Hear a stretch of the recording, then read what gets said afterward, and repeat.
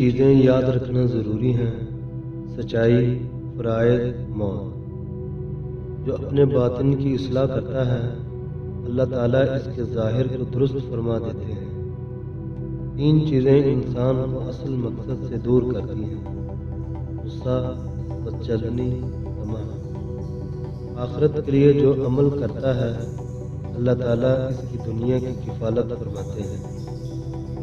تین چیزیں واپس نہیں آتی: تیر کمان سے، بات زبان سے، جان جسم سے۔ جو اپنا معاملہ اللہ تعالیٰ سے درست کر لیتا ہے، اللہ تعالیٰ لوگوں کے ساتھ درست فرما دیتے ہیں۔ ایسے مال کا کوئی فائدہ نہیں جس میں سخاوت نہ ہو، ایسی دعا کا کوئی فائدہ نہیں جس میں اخلاص نہ ہو۔ عیب دیکھنا بھی عیب ہے، عیب اپنا دیکھنا چاہیے۔ جنت والدہ کے قدموں کے نیچے ہے، ایسی نماز کا کوئی فائدہ نہیں جس میں خشوع نہ ہو۔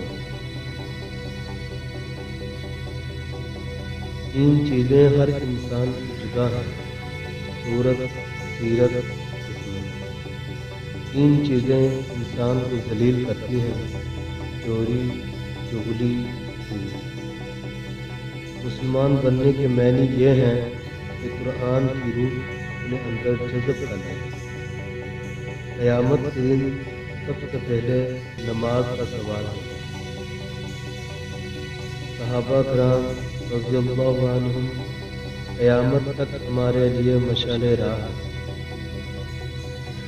نور نبوت کے لیے صحبت صالح نہایت ضروری ہے۔ ہم بولنا حکمت، ہم کھانا صحت، ہم سونا عبادت۔ بندگی کے معنی اپنی رضا و ارادہ کو فنا کر دیا جائے۔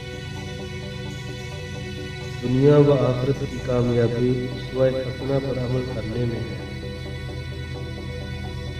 سیرت کے عجائبات کبھی ختم ہونے والے نہیں۔